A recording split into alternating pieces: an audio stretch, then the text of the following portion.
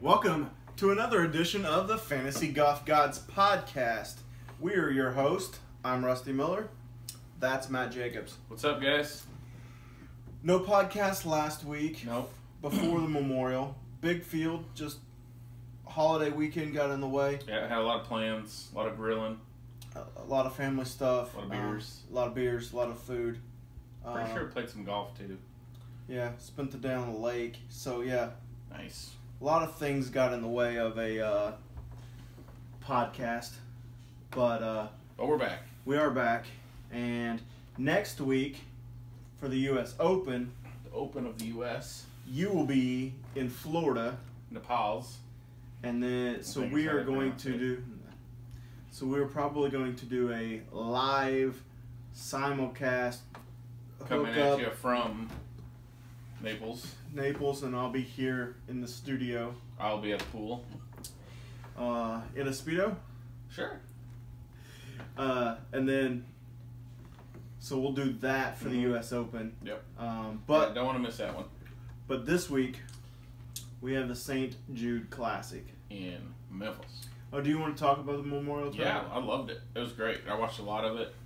I will say this.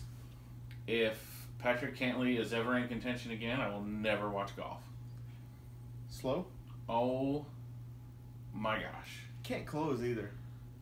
There's a reason he can't He close. choked the Genesis away, and then apparently he choked this one. I will, by no means am I a professional golfer, and by no means am I a sports psychologist, but the way he sits over that ball and thinks, that is 0% good for him closing a tournament. I Is he mean, like that all the time, or is it just every single no, shot. no, wait. But before, The entire time they showed him. I know. So like on Thursday morning, is he the same way? I would have to think so. So he's. I mean, slower even than Nick Jordan? Faldo was making jokes about him. Cantley's up. I'm gonna go make an espresso real quick. I'll be back before he hits the ball. So I mean, it was bad. So it was as bad as Jordan. 10 times worse. Mm. It was bad, and it was. I remember watching his I've never felt Shriners win last year and Who, didn't. Cantley. Yeah, and didn't think that it was that bad. My wife came out of the room and asked why I was yelling at the TV. Because he would sit there and he'd waggle and then he'd do his little thing and he'd waggle and he'd do his little thing and then he'd waggle and he'd do his little thing and then he'd waggle and he'd look up and do his little thing and he'd waggle and he'd hit the ball. I mean, it was like 22 seconds. So it was as bad as Sergio back in the day. Worse. I've never seen anything Exactly. like it. Never seen anything like it. And it for the first time I was annoyed with somebody's pre-shot routine. And I get it. They're out there making millions and they get in this routine and it's their living and but it was tough. It was tough. I watched very little weekend golf. Watched Thursday, Friday. Watched Friday when Tiger dunked it from the fairway. Yeah, we would actually. Yeah, we were on the phone Yeah. with each other when that happened, so that was pretty cool. What did you think of old Tigre's performance? He can't close, If the Duke could putt, he'd won by 10. and backs up on Sunday again, right? Yeah, 72. Well, par, but he fell. Yeah. I tell you what, I've not. If he could putt even 10% better, And that's so weird because that's what he that was good when he came back out. Yeah. I think what happened was, and like I've said, I'm no professional, but I think what happened was his ball striking was a little erroneous, all over the place. His tee shots were crazy, so he spent a lot of time. And hasn't been putting the time. And hasn't been putting the time into putting. But I think he's going to get. I think. Star's going to line for U.S. Open. I hope not. Because this is selfish. You want Phil to win? No. I'll be at the PGA. Oh yeah. And I want him to win his first major bag at the PGA. But you won't be there Sunday. So I'm going Friday. I have Friday tickets. And if he's in the lead or in the top 3, I've already cleared it with my wife and my group. They going home. I'm staying and finding tickets. I'll empty the bank account because it'd be neat to watch. I mean, how cool would it be to be there? Yeah. What are you gonna do when you empty the bank account and he chokes coming down the stretch and loses it? Yeah, It's a story, right? That's yeah. I got something to talk about on the podcast the next week. All right. That's Congratulations, Bryson. Yeah, I mean, we as a podcast and pretty much all of DFS community has been on him for I had him in both five my or six lineups, 3 of my lineups. 5 or 6 weeks now. He's going to win anytime, and he did. Man, did he choke the last putt, though. Yeah. It was so close, and I think he was just a nervous hit. But he did well in the playoff. I was impressed. So I'd already taken him in a one and done 2 or 3 weeks ago.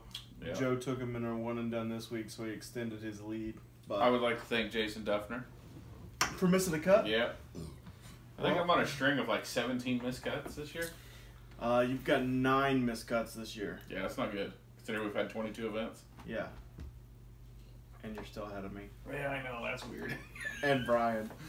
I've only had like 4 missed cuts. My guys, Jason Day, after Friday, was tied with Bryson and Matsuyama, which 2 of the other guys had. Yeah. All of us were tie 3, and Day just goes...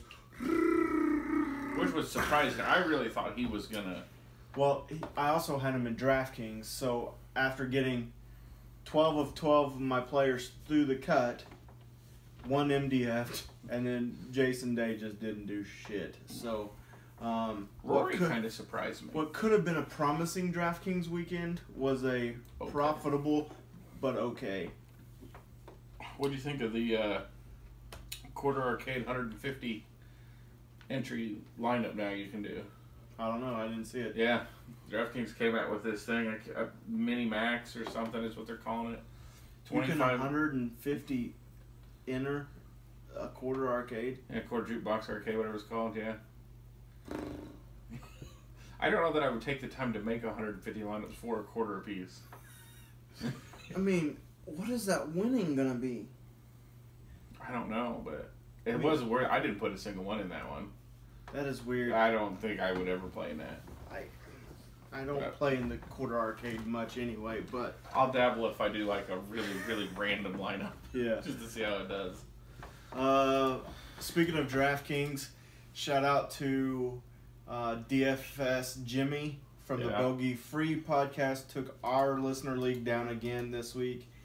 That's 2 out of the last 4 weeks he's taken it down. He must be listening to our show. Yeah, that must be it. He doesn't do his own show. Yeah. Well, but, yeah, so he is not winning his own listener league, so he might as well win ours. I'm going to go play in theirs this week. I play in theirs. And see if I can win that one versus ours. Theirs is 30 people instead of ours is 15-ish. Yeah. So. All right. Well, we'll move forward to Memphis. Okay, so got a small little tournament stuck in here between the Memorial and the U.S. Open. Not the worst field we've had, but definitely not last week's. No, last week's was great. This is a little bit of tune-up before the U.S. Open. Yeah, it's interesting how guys' philosophies always are if they're going to play the week before a major or take the week of the major before the major off. And you know who I'm surprised we don't see here? Who? John Rahm. He talked about how playing before the majors last year in a podcast on No Laying Up, how he just got so tired of playing those weeks but before. No Memorial, no St. Jude, going right into the... I figured we would have seen him at one or the other. Yeah. But either way, he's not in the field, so we don't need to talk about him. Nope, I'm not taking him. Yeah, Full fade on John Rahm this I will week. take him in my one and done. I'm writing that down. You should. All right. So let's just jump in. There's 5 guys above 10,000. You don't want to talk about the course? Oh, we can. Par 70. At TPC Southwind in Memphis. You got good barbecue down there. Yeah, we've been there for, what? 89. 20 years. 30 years, I guess. 20 years. 30 years.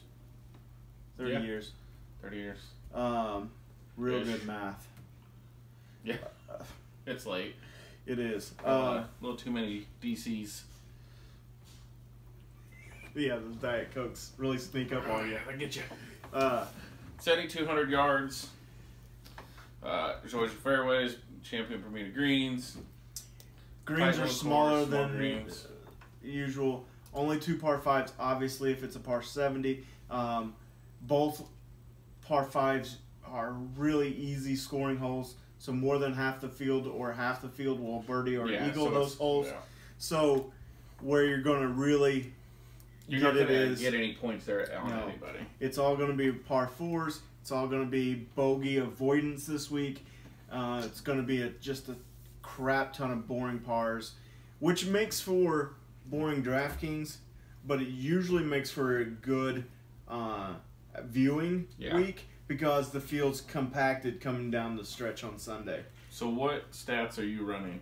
I'm running ball striking, approach, par 4 scoring, and greens in regulation gained. So I'm doing ball striking, strokes gained tee to green, and putting. Okay. I'm running 3 this week and try a few things. Been playing the past couple of weeks, trying to, as we get into the meat of the season, see what we can do. Okay. All right, let's talk about the top guys. So DJ is our top guy, 11-7. Brooks at 11-1. Phil at 10-6. Henrik at 10-4. And your 2-time defending champ, Daniel Berger, at $10,000. So I will tell you right now, full fade on Daniel Berger. 100%. I never get him right. And he's not going back to back to back. And I'll never pick a guy to go back to back to back. Yeah, and at that price, you gotta be close to it. Yeah, I'd be willing to bet he misses the cut more than he top 10s it here, but that's just possible. It's possible.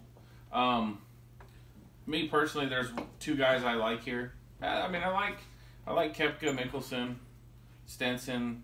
They're all good. Johnson, but I'm gonna go Dustin. Okay. He played well on Sunday there. I think he's really fine-tuning some things for the U.S. Open. I think he's going to come out here, and he went to that new putter. Mm-hmm. Honestly, I think he's going to blitz field. Okay. Well. So I will start my lineup there, and I will, if I have 5 lineups, I will have 3 Dustin Johnsons, 1 Koepka, 1 Phil. Okay, so I will have, out of 5, let's say, 3 Stensons, 2 Stensons, 2 Koepkas, 1 Johnson. No Phil. No love for Phil. Actually, let's just forget it. It's going 3 Stensons, 2 Koepkas, nobody else. Okay. I think Koepka is obviously the same golfer as DJ, and ironically, he's been playing better. So I'll take my $600 savings and move on down the road. Fair enough. Phil hasn't won this tournament, but I'm surprised Phil is playing. He always plays the week before a major. Yeah, but he played last week. He played this week. Did he play his button up? No, he did not. At least the days I saw him, he didn't. He's got to be saving it for the major. Yeah. So he played last week, he's playing this week, and he's playing next week. What happened to him at, what was the last event where he wore his button up? It was 2 weeks ago. Wasn't it the Players? Yeah, the Players. When, remember how he said he was tired, he didn't have any energy? He's getting ready to play 3 weeks in a row going into the U.S. Open. No. Yeah. He played, but he was off 2 weeks after the Player. Well, he got half the Players week off. Yeah, you got half the Players week off. And then he took the Byron and the Fort Worth off. Yeah, but he said, I don't like, he goes, I was tired. Yeah, well, he always plays the week before, and he's not going to miss Jack's tournament. No, but I feel like I don't know, I think if I were him, I'd have played this week and laid off at St. Jude. But that's why I'm not taking him. I think he's going to be tired again. Well, he's got a good history here. And he does play well here. Out of the last 5 years, T2, T11, T3, T2, T9. No, just 9, no T. 9, 2, 3, 11, 2. Yeah. He's got a great history here. Yep. Stenson has 0 history here. That's true. Not worried about that? No. So, think about what we just said. Par 5 scoring doesn't matter. That's where Phil makes all his scores. Yeah. Boring par fours. You want pars, and not. You want to avoid bogeys. How does that sound like Phil at all? It doesn't. So I'll take my boring Stinson, ball striking. If he can get a hot putter, he'll run away with the tournament. It's possible. I can't deny it. So, in the top, you have Stenson and Koepka. I have Johnson. Yep, I like Koepka too.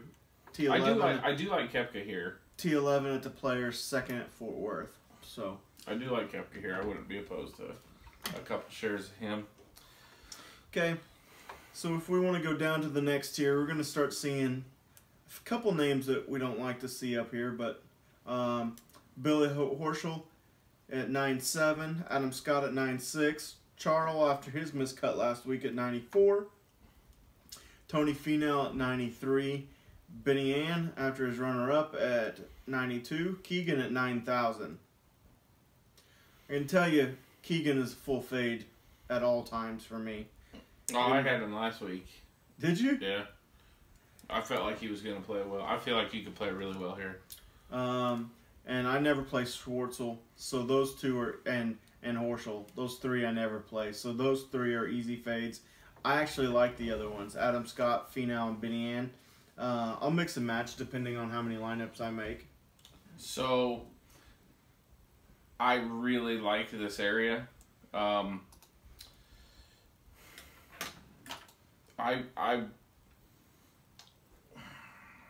don't know.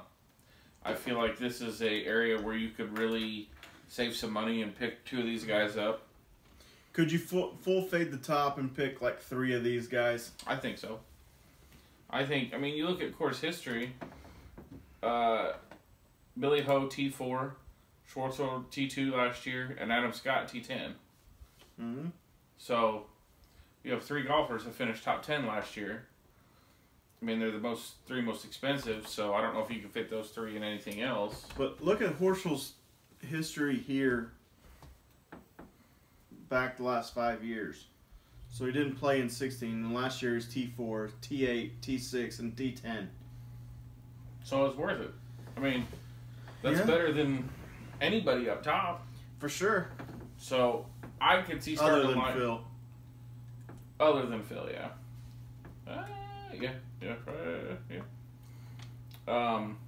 I could see starting the lineup with Horschel. Man, that scares me. It does, doesn't it? But courses for horses. This just may be something for him.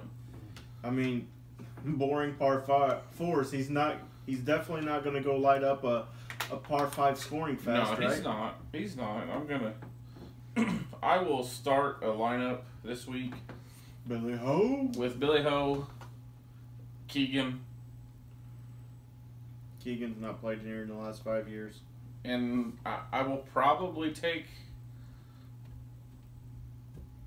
I'll either take Tony or Benny.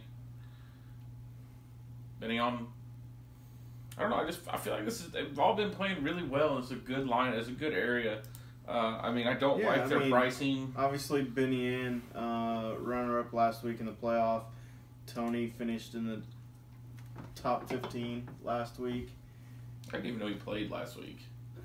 Yeah. I never really saw him. Coverage at all. All right. Yeah, Keegan finished 23rd. Yeah.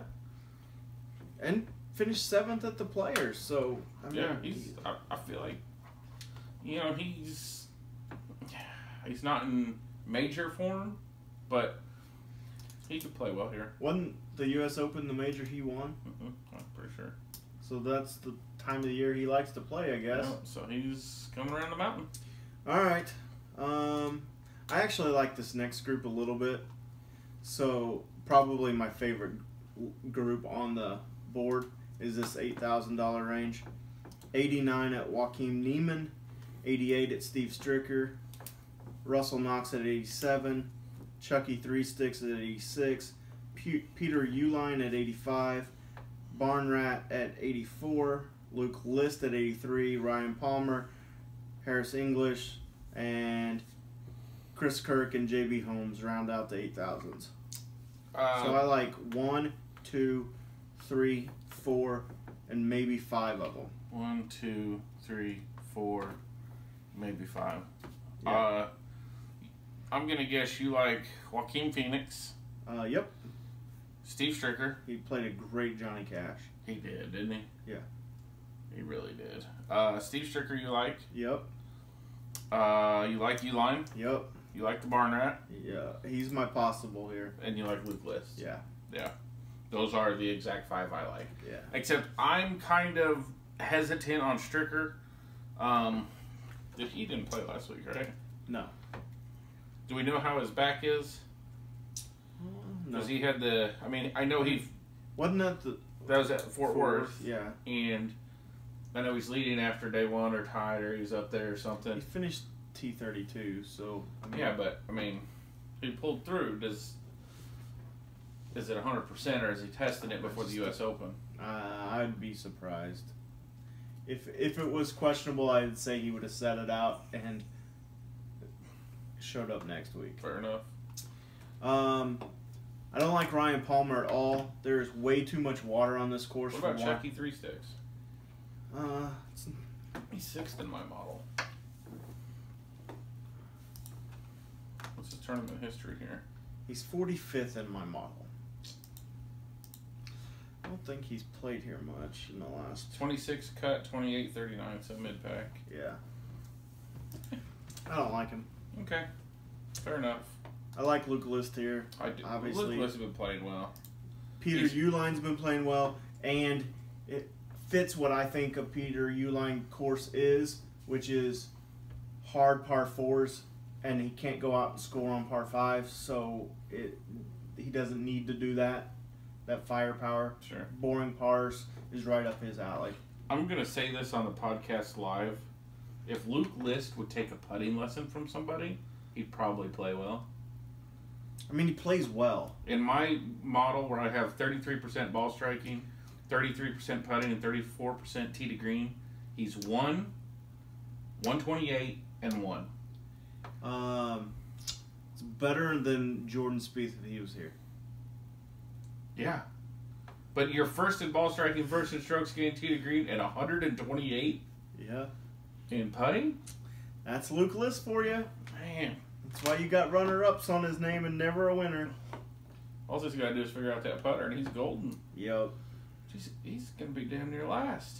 But I do like Luke List. He's been striking the ball phenomenally. So I'll have some of him. Uline I like. Barn Rat, man, I feel like this is his course. I don't know if he's played here or not before. I don't think he has he? No, he's not played here. But I was watching some of the coverage they had of him. He just seems to be striking the ball very well. So we'll see.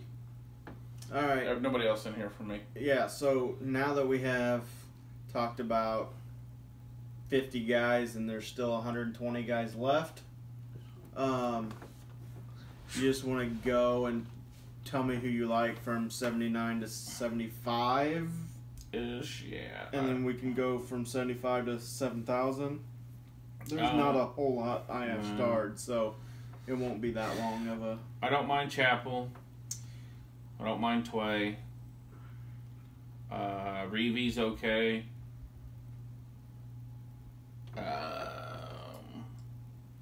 So speaking of good ball strikers and guys that can't putt, Lucas Glover's right there. Lucas Glover and Shane Lowry. Yeah. Both of them are. Snedeker is, I mean, I feel like this could be a course for Snedeker. I feel like he's a ball... Tired of chasing Snedeker. Oh, I'm not going to take him. But I feel like he's either going to miss the cut or top 10 it probably. Yeah. That's what's going to happen there. Ben Crane, I like a lot. He's got a great history. His course history here is second to Phil. What'd you say? I said 75. So yeah, I missed it by 1. Yeah. Okay. You? Chappell, I don't mind. Reevy, I don't mind. Like I said, Lucas Glover. CT Pan in this area, if you're going to throw a dart, I think he'll be low owned and has been playing decently. And that's about all I like in that area. Okay. So then in 74, I'll go first. Okay. I liked Ben Crane, Keith Mitchell. Same guys I always go to down here. So Austin Cook, Seamus Power. Nah, I can't do that. Hoagie. Yeah. Van Aswagen. McGirt won here a couple years ago. So this is his course. Gotcha. Where he got his win. I like him here. I'll make sure that I'm not lying to you here. So there's one guy I like here at 71 that apparently all of Fantasy National likes. I lied. He must have won the Memorial last week, McGirt. This is not where he got his win. He doesn't have a very good course history. No, it's 3 cuts. Yeah. Right, so scratch that. Not McGirt. Not McGirtings. James Hahn I like. But no, there's a guy at 7,100 who's trending pretty well in my model that I've never heard of. Me either. Joel Dahman. Mm-hmm. Dahman. Mm-hmm. He's like 200% owned. Yeah. On Fantasy National. Like, we thought we discovered a diamond in the rough. Yeah. And apparently we're late to the party. Yeah, and it's only Monday. So this guy has some kind of inside info on the course or something that we don't know about. Well, he's got a T18 here last year, and then his last however many events. Let's see. I wonder if he's a web.com guy. T20, T16, T16 at Wells Fargo, Byron, and Fort Worth. So at 7,100, that's really good course history and current form. Yeah. So. Yeah, at $7,100? Yeah. He was born in 1987 on November 11th. He is 30 in Clarkstown, Washington. He has 2 professional wins.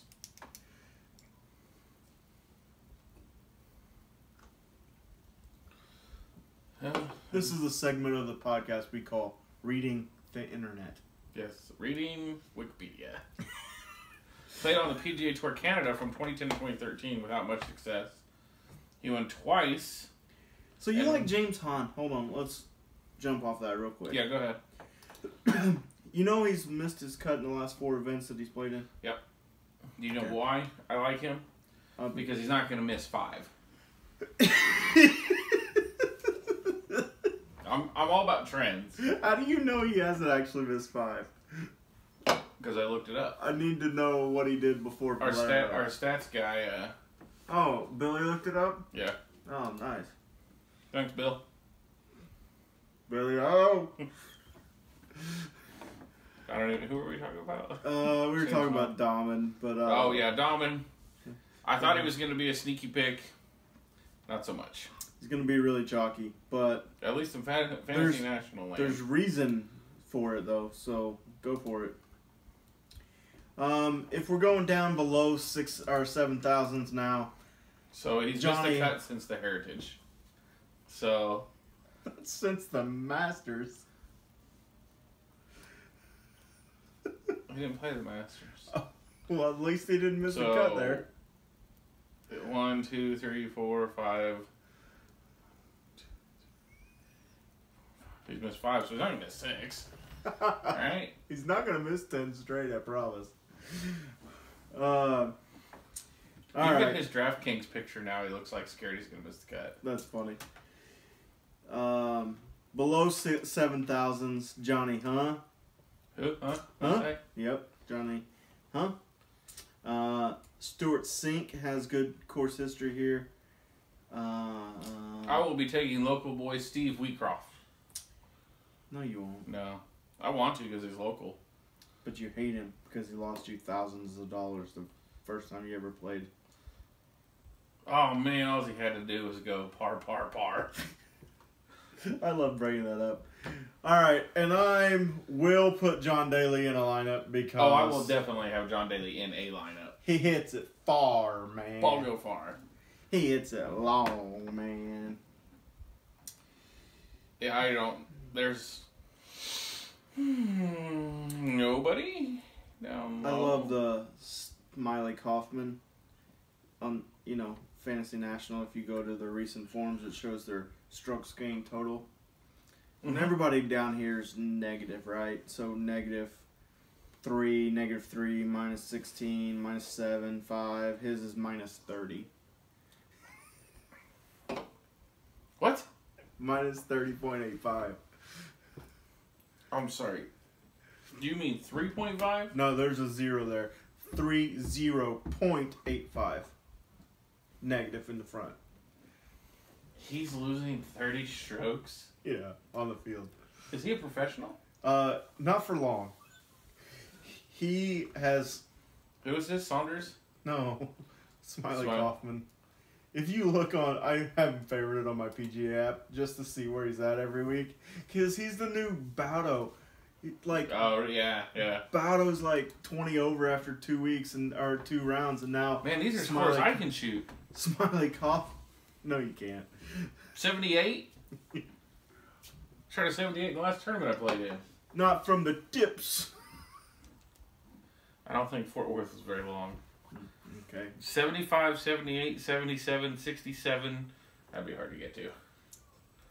80, 79, 75, 78. Yeah. Ouch. He's not good right now. And he's friends with Spieth and Thomas. He's part of the spring break crowd. Now, this guy has missed 10 cuts in a row. Has he? I don't know if he's on suicide watch, but... Because I feel like he used to be decent. Yeah. He just lost his game, man. I wonder where it went. He got married. What if that's it? It was lost long before he got married 3 weeks ago. I know. He just get married. He did just get married like in April or something. Alright, this is boring for everybody. No, they want to hear about Smiley. He's won. Yeah, that's how on the PGA Tour. He won on the web.com tour. That's how he got his card. He won. But it's been a rough 18 months. The final round, he came from 7 strokes back at the Shriners after a 61. I mean, he used to have a game. I'm not kidding you. Man.